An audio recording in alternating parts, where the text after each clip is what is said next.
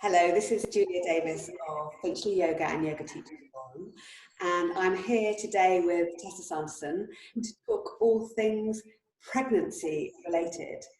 Good morning, Tessa. Good morning, Julia. How are you? I'm all right. So we thought we might start today by beginning with talking about how we began our pregnancy journey, and maybe we began it as teachers, or maybe we began it as pregnant people, and doing that within the context of the yoga world. So Tessa, where did your journey with pregnancy begin? Well, it started with teaching yoga. So I did the British Wheel of Yoga training course to be a general yoga teacher. But I very quickly found that I had students in the class that were getting pregnant. And I felt that they had a bit of a raw deal because I was able to modify, but it didn't really speak to their journey and what was happening for them. So within a year of finishing my general teaching training, I went and did pregnancy yoga training with Wendy Teasdale and haven't looked back since. It's one of my favourite classes to teach because it is so transformational. Both the women's lives are changing so much, but the yoga can transform them as well. So it was many, many years after doing that training that I actually was pregnant myself. And I've since had two daughters. They're now 7 and 9.5 years old. What about you? So when I did my teacher training, I did a 2.5-year course, and halfway through the course, well, at the beginning of the course, I got engaged, and then a year into the course, I got married, and then about 1.5 years or so into the course, I chatted with my teacher trainer because I thought it was fair for her to know the journey that I was on in my life while I was doing the training. So I said to her in absolute confidence, I'm looking to get pregnant. And she said to me, great, we're doing the pranayama module, you'll be pregnant. And lo and behold, what happens, you know, because you did the same training as me, in the pranayama module in the British Wheel, you write a diary. I think it's for about a month, and in the diary you do your daily practice of pranayama and you note down what your practice is. So I was doing my daily pranayama and I fell pregnant almost immediately. I'm not saying that happens to everyone, but there is a connection with being in a state of bodily comfort and okayness that does coincide with the body feeling safe enough to become pregnant. Some people, that's something that I felt in my body when I experienced that. So the final year of my teacher training, I was pregnant and postnatal. So I had a physical experience of being one of the people on that journey as I was practicing yoga and training to teach. However, that didn't move me to teach pregnancy yoga straight away. What I did straight away is, as soon as I had my baby, I had my group of NCT friends. I wasn't trained in how to practice yoga with your baby, but I felt like I needed to move my body in a yogic way once I had my baby, and that felt comfortable for me to get it together with a group of friends and say, well, how does this feel? Well, we've got our babies with us this way and that. But it took me, I had a challenging journey once I'd had my first child. About a year in, I wasn't well, and then I had my second child. And it took me until my second child was 2 or 3 before I really got my mojo back as far as teaching was concerned. And it, very similarly to you, kept on finding people in my class who were pregnant. And I just thought, I can't keep on sending them to other people when they're really happy with me. So I did the British Wheel prenatal training, then I did the yoga postnatal training, and it's been really beautiful to be with women before they get pregnant, on their journey, through pregnancy, birth, and then it tends to, I've never done toddler yoga. It's at a really tricky stage from when the baby starts to crawl to when the baby's kind of old enough not to be with their mum. I teach daytime classes. I've always had that gap actually. I've not felt that comfortable with. I'd love it if there were more classes out there that somehow integrated the toddler and young child phase more easily. I teach an older baby class, which I also call free range yoga. So the mums are in a circle and we have thicker mats in the middle with toys on. So it's from about 7 months when they're sitting confidently till up about 2.5 years old. And they pretty much do their own thing while the mums do yoga. So the focus is shifted back to the mum. And it works really well. They tend to entertain each other. They're really fascinated by each other, and they might walk around a little bit and explore the room. But the mums get to do a lot of yoga. So I'm similar, that I have a lot of people that might start with me in pregnancy yoga, come to mother and baby yoga, older baby yoga, go back to work, come to the well woman class, and then come back again to pregnancy with another child.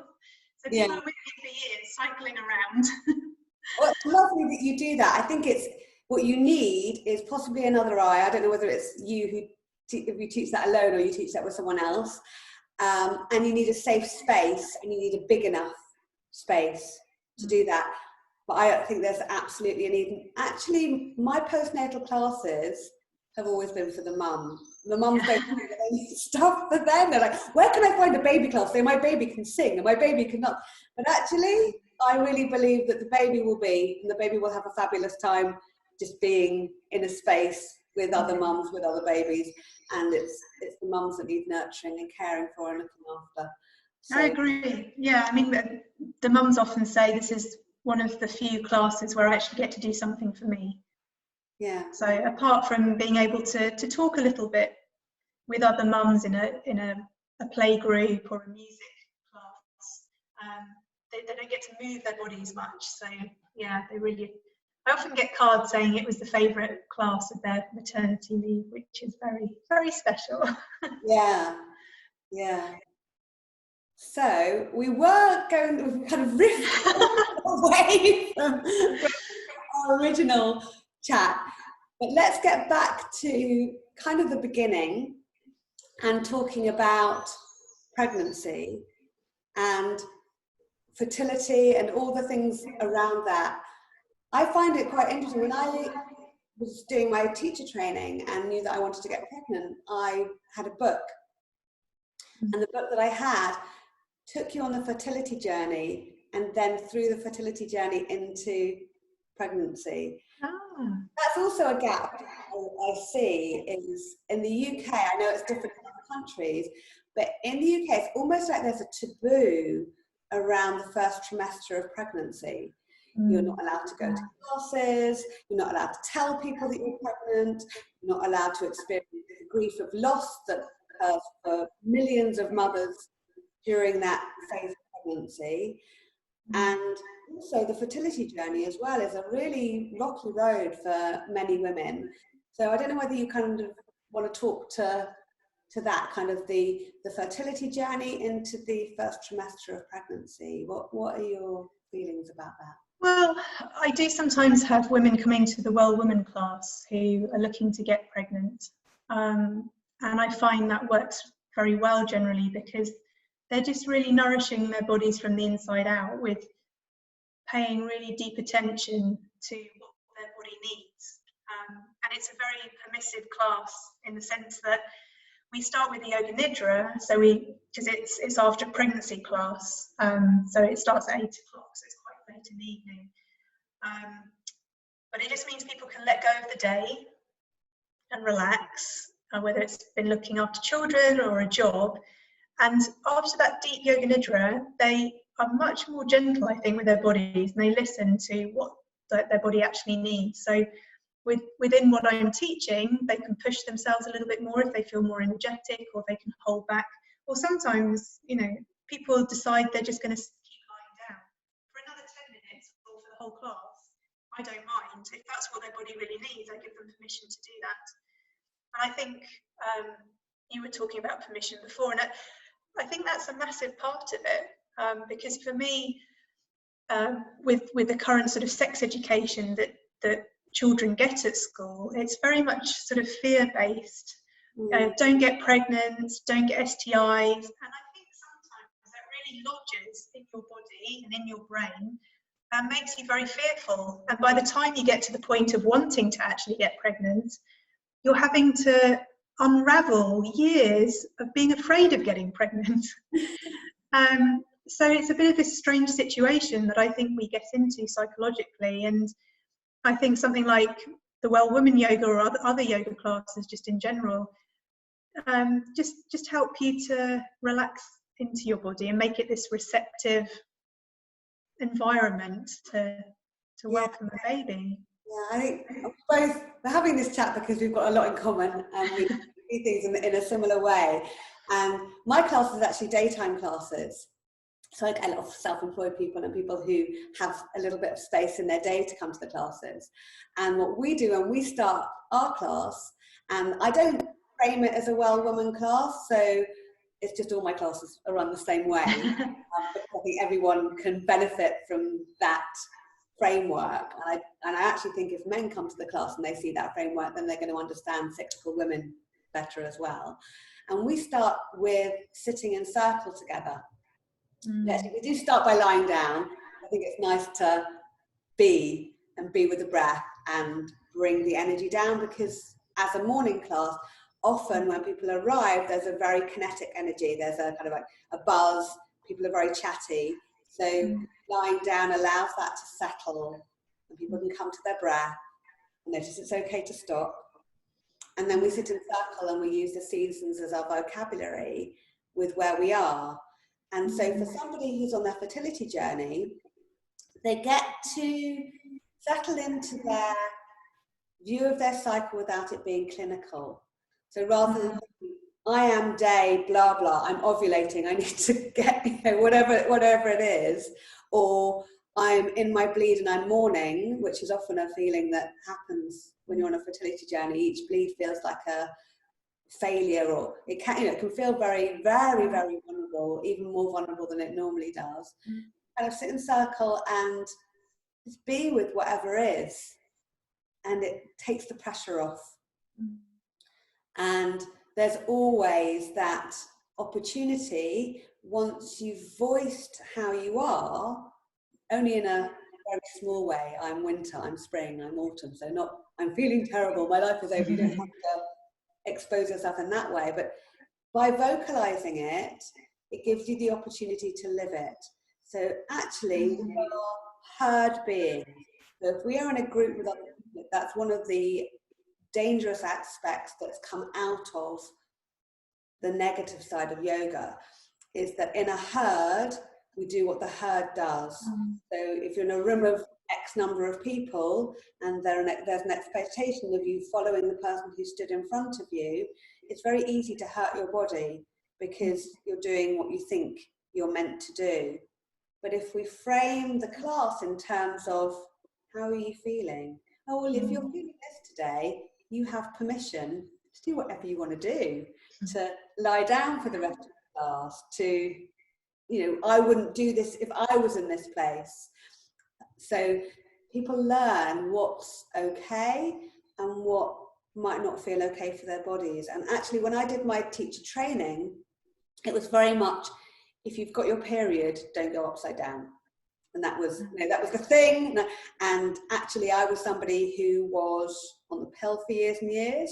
Because I was on the pill, I didn't get the gradation of feeling that you get from ups and downs. And I was like, I can do whatever I like. I am a woman in a man's world. I'm going to be that person who can do everything.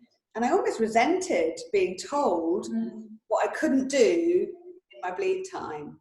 Whereas now it's like, oh, actually, if we are constantly up here, then we're going to break at some point. And isn't it lovely to know that we've got permission to drop out? And you were saying about at school and sex education and how it's all about fear. And I agree with you, there's a lot of fear and don't, and the decisions around what you do or you don't do is around where do you want to stop and where is the no, rather than what feels nice. And actually, another thing about yoga is that it's got into all sorts of trouble because of the sensuality of yoga and people who abuse the sensuality of yoga. But actually, it's a beautiful, sensual, sexy, lovely, gorgeous way of moving our bodies or not. And tapping into that is kind of perfect for a fertility journey, because you're like, oh, my body feels really nice when I do this. And opening up in that way kind of allows the oxytocin pathways to open up.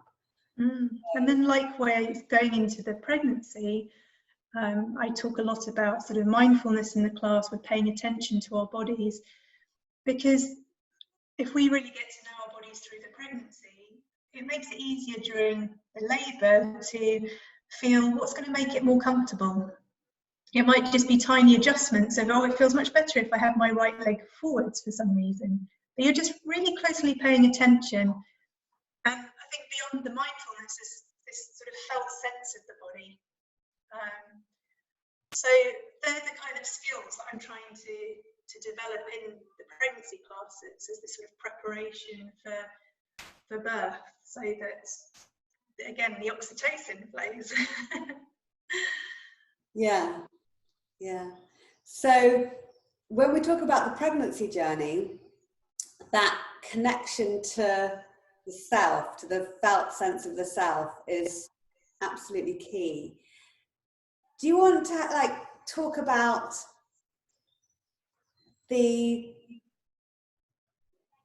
skill? It's not skills is the wrong word, but the feeling about, it's like the embodiment. Do you want to talk about the embodiment side of things and the connection to your body rather than your head in pregnancy? Yeah.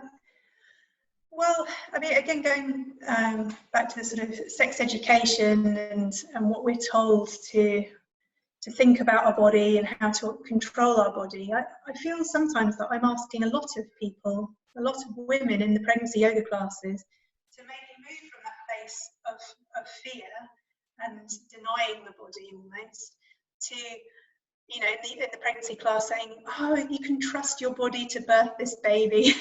That can be a massive leap, a massive journey for some people. And actually, I'm amazed at how many people do manage to do that really well. Yeah. And so what I'm trying to do in the classes is to give them space to really find that deep trust, so that they can choose the path that's right for them, because, you know, what might suit one woman may not suit another. And so I'm not trying to bring them to a certain outcome on their birth journey, but to make them feel very empowered within their bodies, that they can make the choice that's right for them. And what I try to explain is that they might, you know, have had amazing careers so far. They might be, you know, very powerful women at work. They might be used to standing their ground and arguing their case and all of these things. But it's a little bit different when you come to the labour, because there is so much going on physically that you don't want to be sort of in that headspace where you're arguing about things with somebody. So it's also about bringing the partner on the journey, so that the birth partner can also understand what the embodiment is all about and protect that space, so that the labouring woman can keep that deep connection with herself. Because she might have this sort of idea of how she would really love things to go, and then it changes course during the birthing. So that this openness and this able to respond to what is actually unfolding with the body, rather than preconceived ideas that she had in her mind. Yeah, totally. It is, there's a kind of need to trust that is there, and that means letting go of mental control in some ways. And there's a way of doing that involves partners, and we'll talk about your book later, but there's partners can be all sorts of people. They don't need to be the person who was responsible for the conception. And there's also that felt sense, and some work that I've been doing is creating, actually it's an online course I created to really tap into the felt sense through breath. A little bit of movement. I mean, movement happens organically in pregnancy anyway. And the reason behind that is once you've got a vocabulary that your body understands, then some part of you that isn't up here clicks in and uses it. And breath can be really simple and easy to tap into. And the number of women that both of us have worked with who've said the most miraculous things have happened, not that miracles always need to happen, because they did a breathing technique that is unbelievably simple and seems really basic. But it's not about reading up on it, learning it, knowing in your head how it works, and doing it, which is how you pass an exam, for instance. Yeah, and I can I come in here because I feel really strongly about that, because I think hypnobirthing is amazing. I teach components of it myself in classes and workshops. But I think sometimes couples will do a course and they think, right, I've ticked that box. I've also done my NCT and I've done this and then baby first aid. But it is really the practice that makes the difference. And actually, that's why some people will simply buy a book that comes with a CD and they'll get amazing results because they've practiced, you know, maybe once they're on maternity leave, they're doing the track every single day and they're really getting deep into that felt sense. And I used to, with my birth preparation workshops, sort of open to anybody. You could just rock up. And I changed that so that the pregnant woman has to have been doing pregnancy yoga, not necessarily with me, but need to be doing yoga beforehand. So she has the sense of why it's so important to do the practice. Because otherwise it's not good for either of us if, for example, I had a lady once who emailed me on the day she was due, and she said, I'm having trouble downloading the tracks, and I want the baby to come today. And she'd been on the birth preparation workshop, but she hadn't been doing a regular class. And my heart sort of sank because I thought, in that workshop, I didn't get across to her that it's the practice, the repetition that helps you get in touch.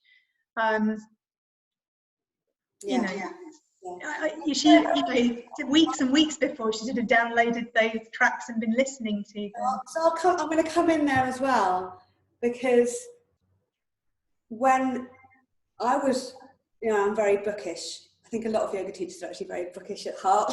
We've got thousands of yoga books around us, and very academic. And so I felt if I'd read every book and created a birth plan that was watertight, I'd be ready. Even though I was practicing yoga, it's very easy to practice yoga in a physical, exciting, beautiful, my body feels amazing way before you start a pregnancy journey, and that doesn't prepare you at all for the pregnancy journey. What does prepare you for the pregnancy journey is menstrual cycle awareness. It really does, because I read Tessa's book, which is great. A number of women talked about the feeling of the bleed time and menstrual cramps, and that the feeling of having menstrual cramps and the blood leaving the body during the cycle felt very similar to the initial stages of labour. And that was never outlined for me as a point to start with. And actually, because I've been on the pill for years and I went straight from the pill to being pregnant, it probably wouldn't have, it took me back to my 13-year-old self just before I was put on the pill to stop the very, very strong period pains I had. It took me all the way back to there to get a felt sense of what that was. But owning that knowledge of, okay, when you have your bleed, the lining of your uterus has gone from from that, and then it sheds, and as you birth your baby, that baby's descending in the same direction, and in order to birth your baby, you need waves to allow your baby to be birthed. And when you have your bleed, some people experience waves, and absolutely in your period, if you're somebody who does experience pain at period time, it comes in waves. It's one of my earliest experiences, my earliest memories of my bleed was sitting, rocking forward and backwards, waiting for that wave to happen. And I know there's a huge amount of fear that surrounds birth for a lot of women, but I've always thought that birthing your baby has a beginning, and then at the end of that, if all goes well, and you want the scenario to be that your baby's birthed healthy and well, that has the most miraculous result. So you're experiencing pain. It is pain, but why? I mean, is there any better reason to be? Yeah, it's a healthy pain. Sorry? It's a healthy pain. It's not a sick pain. It's a miraculous pain. And so if you can tap into that, and a way to tap into that is to kind of work out, what does my body need when it doesn't feel okay? And some people sail through pregnancy feeling fabulous, looking amazing, it's all fabulous. But the majority of women have some niggles that go on during pregnancy, some kind of sleeplessness, some kind of not okayness, some moments where they think, oh my God, am I really pregnant? And so what Tessa and I have, and we've learned it, this is not something that has kind of come to us from nowhere. This is like a lineage of women who have really amazing felt understanding of the body, is a roadmap to use physically to manage those challenges, so that when you come to labour, you've got felt, oh, my body feels nice in this position. Oh, it feels good to breathe in that position. And then it doesn't stop there either. So one of the birthing books I read talked about the journey being from conception through to the baby being 9 months old. And I loved that, because you don't give birth to your baby and then chuck all the breathing practices that you've learned for pregnancy. Oh, been there, done that. I'll bring it back again if I choose, or if I'm lucky enough to get pregnant again. They're, I think, essential tools to use when you've got a newborn baby. Yeah, absolutely. When you're sort of up in the night and they won't sleep for the third time, and it helps you have that resilience if you can come back to your breath and just stop and be in that present moment, just like in labour, and you're thinking, how many more contractions, rather than being in the present moment. You can be with your baby and thinking, oh, how many more hours, or let me just be in this moment with my precious baby. I am really tired. I would really like to go to sleep, but isn't this precious? Yeah, you're right. And I have a lot of the birth partners say that they use the skills at work as well. I think that's a really important thing to note, actually, that sometimes if you have a partner, and that can be any kind of partner that's supporting you, it might be your mother that's supporting you, your sister, your brother, your partner that you've chosen to be with your baby, and it is important that however you've decided to bring a baby into the world, there are people in your lives that have got your back somehow. Pretty hard to go through anything alone. If those people or that person in your life has learned similar techniques to you, then that's not only them doing it for you, they're not only doing it for you. Yoga Nidra practice, that is a daily practice for me. My eldest daughter's 16, so I'm well out of that world.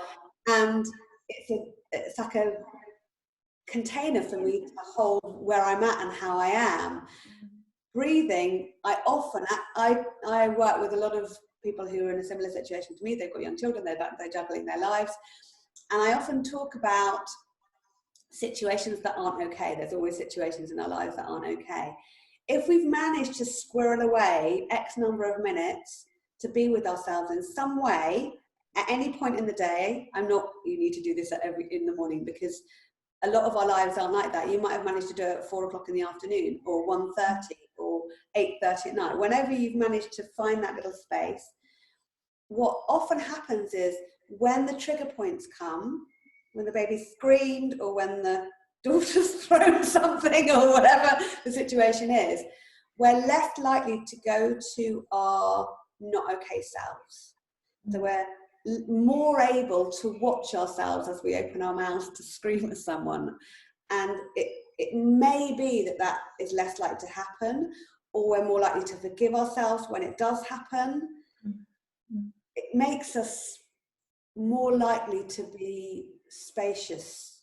I don't know. I totally agree. Yeah, my daily practice is yoga nidra as well. And I tend to do it about 3 or 4 o'clock. Because I feel a sort of dip in my energy, and if I do it then, it'll carry me through. Because we're schooling at home at the moment with lockdown and everything, there isn't lots of time in the day, but I've got so many ideas, and so then I'll use that time after they've gone to bed to be drawing or writing or whatever it is that I'm currently working on. And without the yoga nidra, I just wouldn't have the energy to keep on going. And you're right, it does just give you that space where I just think it's so healing on every level. If you're tired, it helps with your energy levels. With the emotions of being in lockdown and the uncertainty and not knowing what's happening, it helps you watch, as you say, and have that little buffer before you react. And I think postnatally, which also for me is a long time ago now, but for a long time, that's the only practice I could do. I didn't have the energy to sit and meditate. I would do a little bit of movement, but the thing that helped the most was the yoga nidra. Yeah.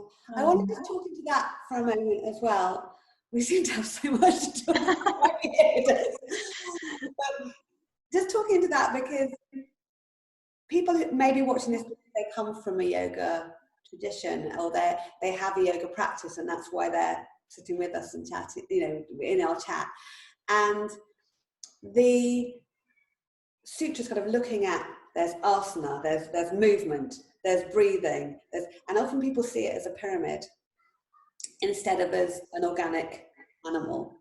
And what I love is that yoga's there for what we need, and often in pregnancy, birth and beyond, there's a level of exhaustion there, a level of real tiredness there.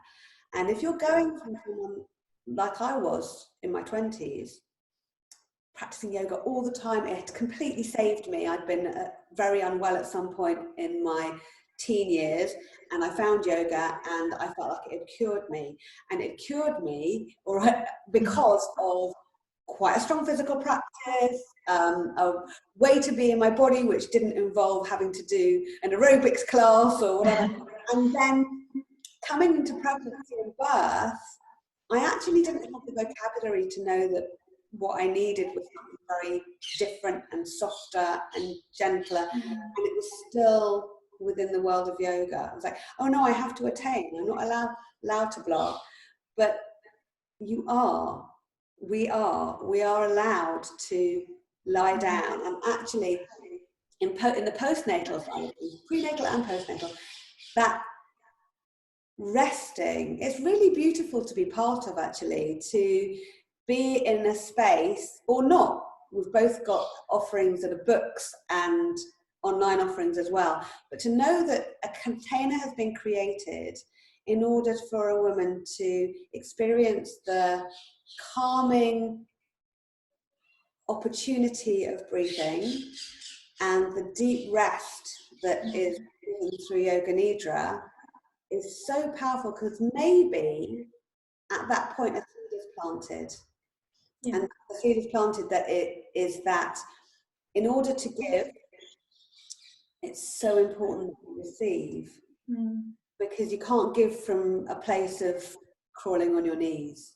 And I think that's playing out at the moment with everybody being in lockdown, because apparently the breastfeeding rates are actually increasing.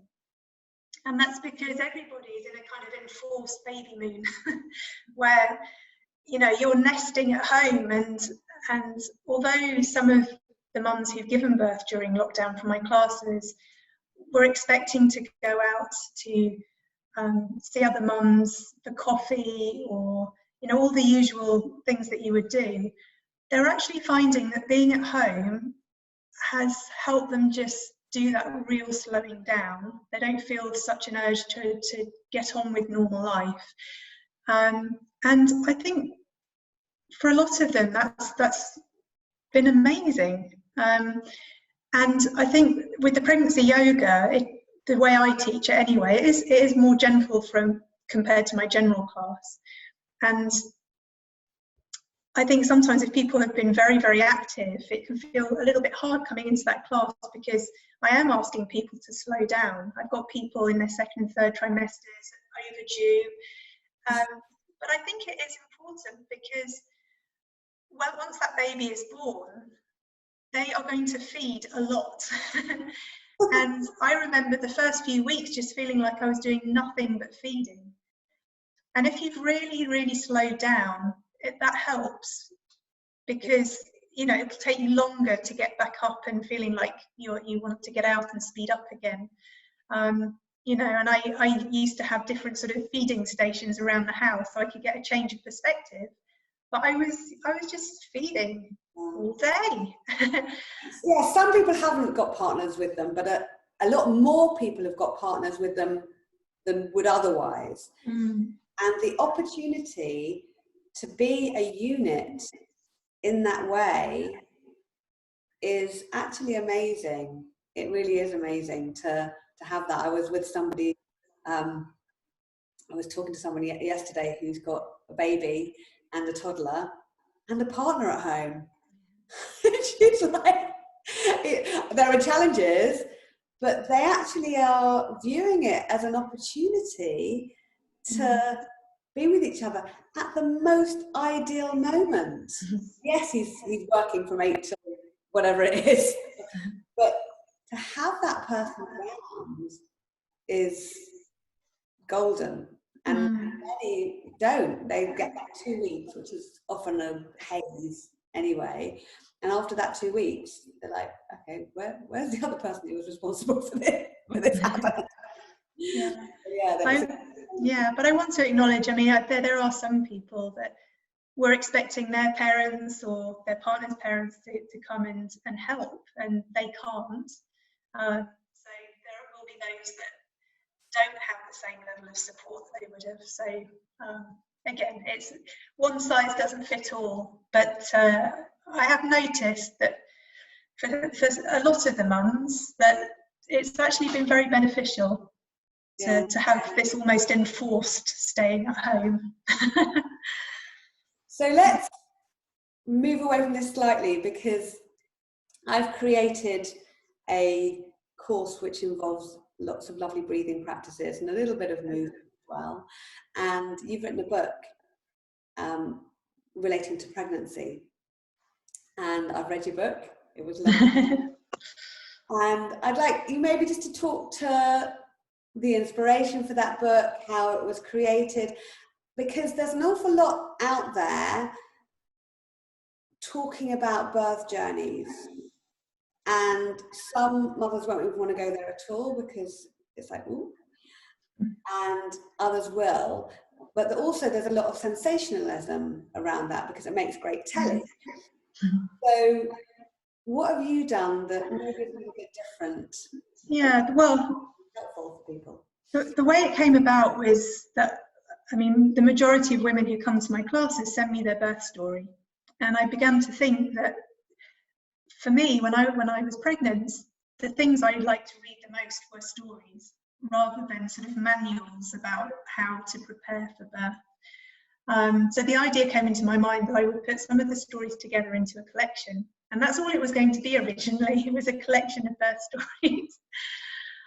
But then I thought, where they're mentioning particular techniques like the golden thread breath or particular ways of moving, it seems a shame not to unpack that and be able to share with the reader exactly what that is. And I also thought, well, I've been teaching yoga, pregnancy yoga, for about 15 years now, and I've been thinking a lot about it and have, you know, I think a lot of insights. So I began to think of the stories more like pearls, and then my narrative could sort of be the thread that holds them all together. And the idea is to sort of show that there is this opportunity for this inner journey, because sometimes with hypnobirthing, I think it can work really, really well to help somebody feel relaxed and positive about the prospect of the birth. But I think sometimes there's this deeper work, which I think, you know, my cycle awareness has led me to, running a red tent has led me to. There's this deeper journey that can happen, which may not always be comfortable, but can actually bring you to a point of being wiser, being more prepared to be the mother that can make your child's journey different, especially if it's a daughter, perhaps.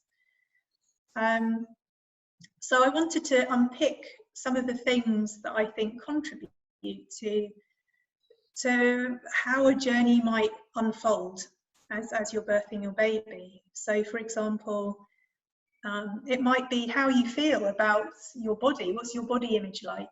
What's your body sovereignty? And if there are things in the past before you were pregnant or during pregnancy that have happened to you, you carry that with you, and it's going to have an effect on the birthing. So yes, you can just say, I'm not going to go there, but if you have the resources and the support to do that, I think it can be a massive opportunity for healing. And I think people like, you know, Alexandra Pope, who co-authored Wild Power, would say, if there are things that you don't deal with sort of through your cycling years, and then also pregnancy and birth, they will be there at menopause. At some point, you have to deal with these things, or to grow, you do. Yeah. So it is a book for a particular kind of person. It might not appeal to everybody. It's for the kind of person, I think, that does love yoga, for the journey that it takes them on. So I'm going to slightly agree to disagree with you, because I read it, and I think if you like the idea of a personal story, so I love reading stories about people that I feel have got a level of connection. So I could empathize, I could imagine that I was in their world. And every story that I read, it wasn't as if I could imagine that I would birth in the same way as them. In fact, I'm extremely different to everybody, because we're all, what each story gave me, and I'm going to ask you for your favourite in a moment, or to pick one. It was lovely because they were people who'd chosen to share their story, and there were people who really felt that their birthing story had given them a gift. That's kind of what I felt. And they were very varied stories, and all of them, I mean, birthing isn't walk in the park. If it was a walk in the park, we wouldn't have pregnancy classes, we wouldn't have, you know, there wouldn't be stories going down generations about birth. So it's almost like each story was a heroine's journey. And I think that's universal. I think that appeals to men, women, anybody who feels a connection to the miracle that birth is would get it. So you don't even need to be somebody's considering getting pregnant. I'm not. I've got a 16-year-old and a 13-year-old. The last thing I think of in a minute is get pregnant again. But I was buoyed by these stories and the empowerment that every single woman in the story, every single pearl that was given was a triumph in its own way. I think, yeah, you can definitely read the book in different levels. So somebody might pick it up and just want to actually read the stories. It might be a birth professional who is looking for resources. So at the end of each section, I've sort of put all the books and websites that I've found useful over the years. So you might use it in that way. So there are quite a lot of voices in there, the voices of the mums and the dads also. There's the sort of voice of me as the pregnancy yoga teacher, and there's, and there's reflections at the end of each chapter. So if you do want to go into that deeper journey, you can spend time journaling. But some people may choose just to kind of read through it. So I'm hoping it's a book that keeps on giving, that, you know, if somebody was coming to it with a first pregnancy and then a second pregnancy, they would get more out of it every time that they go through. Yeah.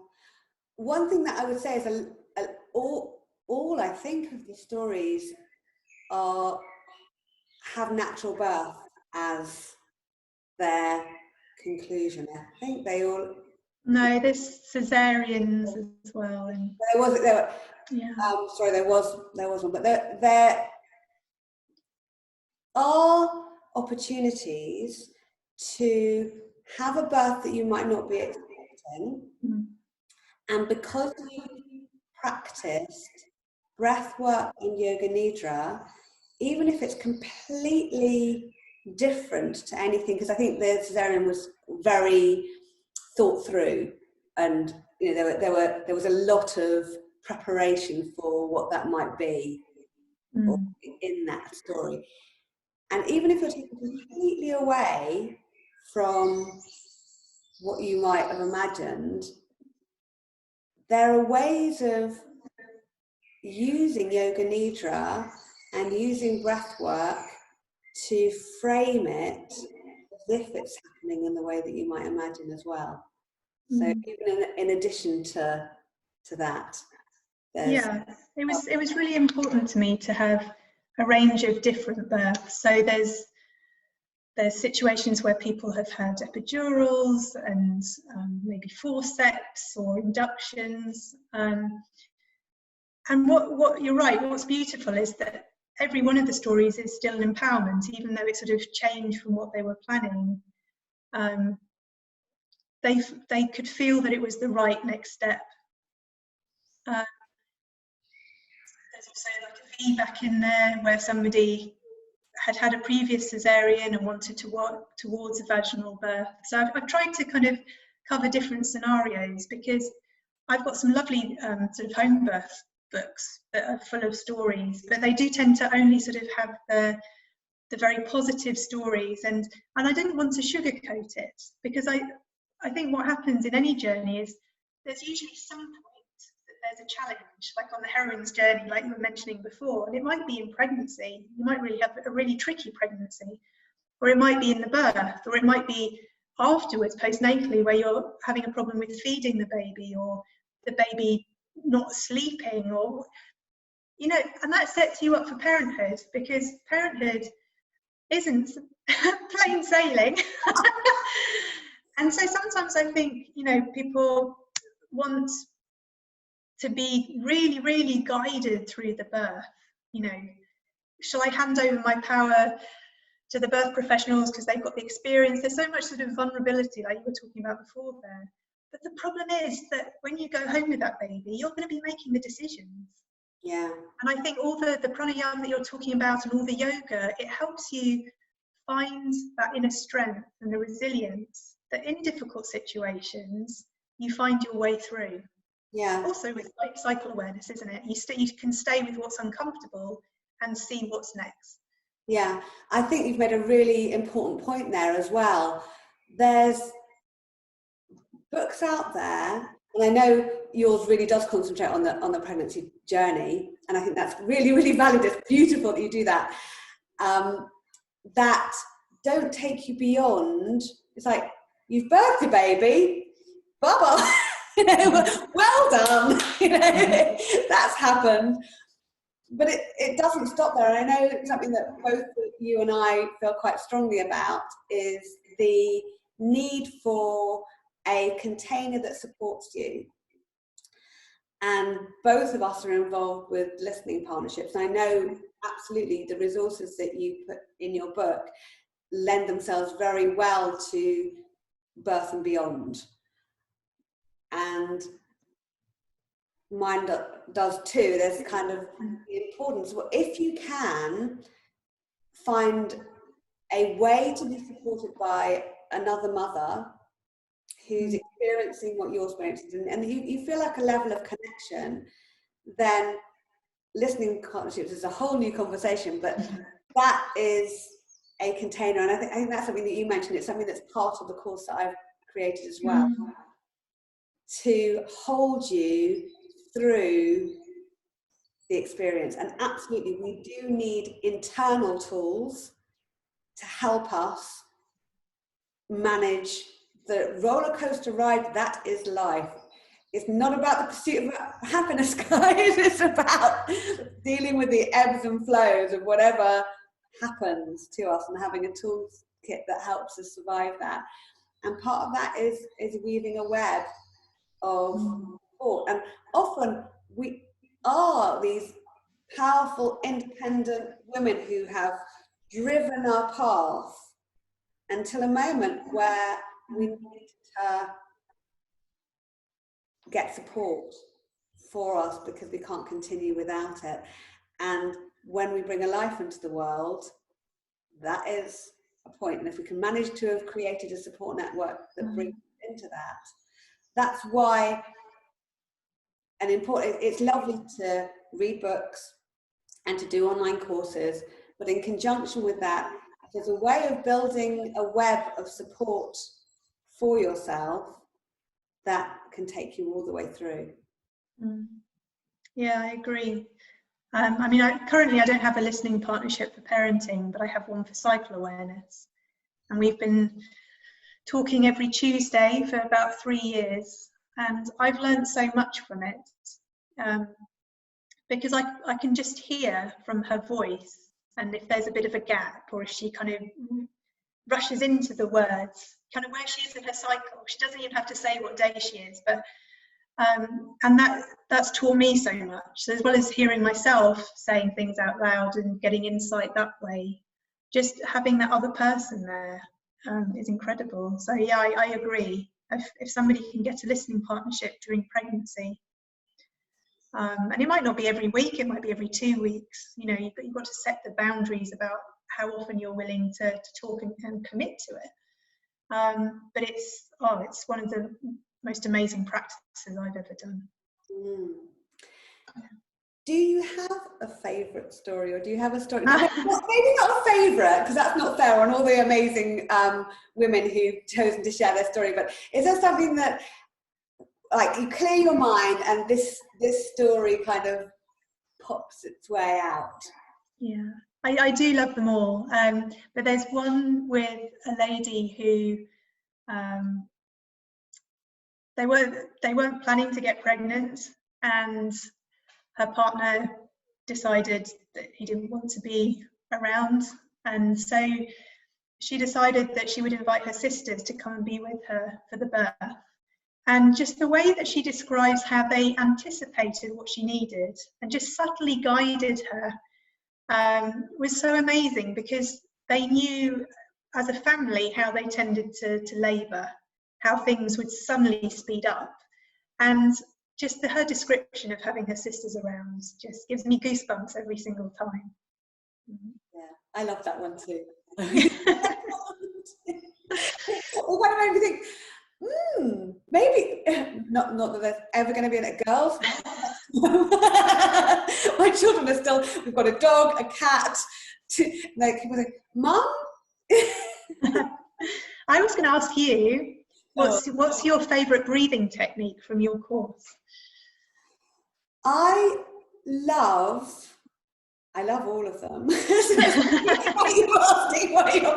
what your favourite birth story is. I really love it. It's kind of a sneaky meditation practice, really, that connecting the heart to the womb. I love it. I do it all the time myself. I think it's really beautiful for so many reasons, because when you're going through your menstrual cycle, you can connect to what's going on. If you've experienced any kind of birth trauma or loss of baby, as in, I hate the word miscarriage, there needs to be another word that is in common parlance. That's a really, really common experience that the older you get, the more women you realise experience that. It's a way of dealing with that level of grief. Often there's a grief that comes with having birthed your baby and not having them inside you anymore. For me, that was the most magical thing, that feeling of somebody living inside. So it's a healing for that. It can be really like alien to feel that there's somebody living inside you. So having a practice which allows you to visualize that or imagine that that's true, and in the first few, it could be until 22, 23 weeks before you feel a baby if it's your first pregnancy. So you can be like, okay, I know I'm a bit fat around my belly, but is this actually true? There can be a disconnect between the reality of being pregnant and the feeling of it. So a chance to go, boom, you're here, I'm here, we're in this together. And it goes on. All the practices that I share, I teach be used in life, but that one I love. Yeah, I teach a similar one in the weekly classes, and often the women say it's the first time they really felt like they connected to that baby, which is so special.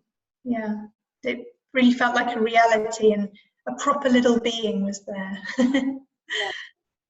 That's not one that is really used in labour. No one's ever said I did the hot wound breathing and that got me through.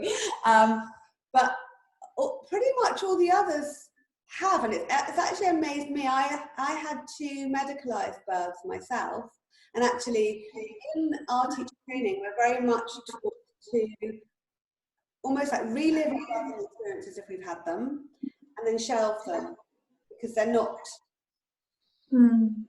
It's not our responsibility to impose our experience on others. But I did have 2 medicalised births, and I've almost found it more astounding, or more amazing when someone says, yeah, when I went into being induced, I used your alternate nostril breathing and I had no pain relief.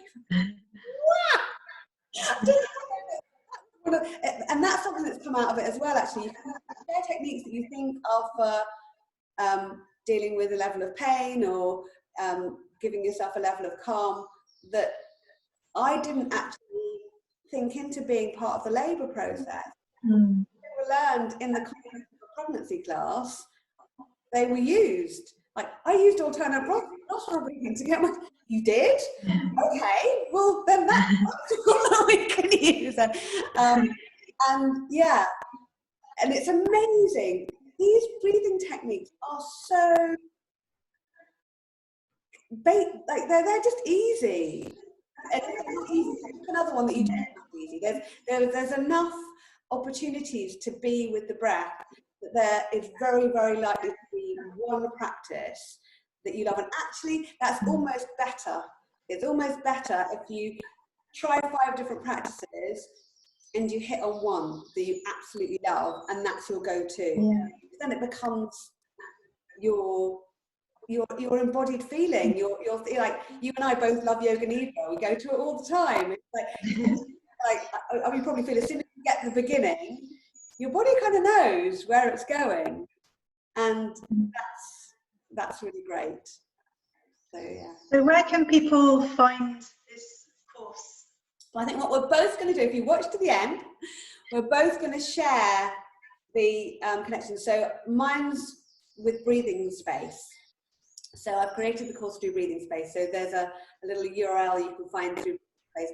I haven't uploaded it onto the Finchley Yoga website yet, but I'm sure that finchleyyoga.com will have it somewhere. So it's through breathing space and through Finchley Yoga that you'll be able to find it.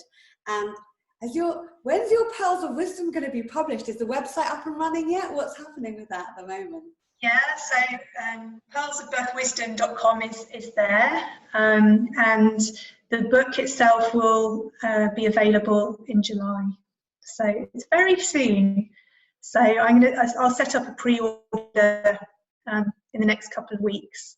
But yes, there's already a website, so if somebody's interested, they can register their interest there, and then I'll send out an email when it's ready. But if people want to follow the Facebook page, there's a Pearls of Birth Wisdom Facebook page where I'm posting birth stories, so additional ones, new ones that aren't in the book, because my clients have kept on having babies through lockdown. And so I share content from the course there and also on the Instagram account as well. So you can get a taste of the book. We've also got, there's a prenatal listening partnerships group. It's a private group. If you are interested in joining that, then that's going to be a space for women to find other women to create listening partnerships. And I'll make sure that I've got a link to the opportunity to breathe with that as well. Yeah, I think that's great. Like we talked before, it's finding your tribe, because you may not parent the same as everybody else in a play group. So it's about finding the people that have the same values as you. And when you're having a challenging day, remind you why you're doing things the way that you're doing them. That's like gold. Yeah. Oh, I've loved this chat today, Tessa. Me too. Thank you so much. And thank you for birthing the book into the world. One that people know when they pick it up, that whatever their birth story ends up being, they're reading something that's going to put a smile on their face, and connect their heart to the hearts of women who have, bared their soul to the world in the most beautiful way. And you haven't seen the version, because there's going to be photos of the babies, the newborn babies, which I think will just be, and I know if I was still pregnant, that would make me cry. Because they're just their cute little button noses and that very newborn look. Some of them have still got vernix on their skin, and beautiful. Lovely. Thank you so much. Oh, it's been delicious. It's been really lovely. I look forward to chatting to you again. Yes, likewise.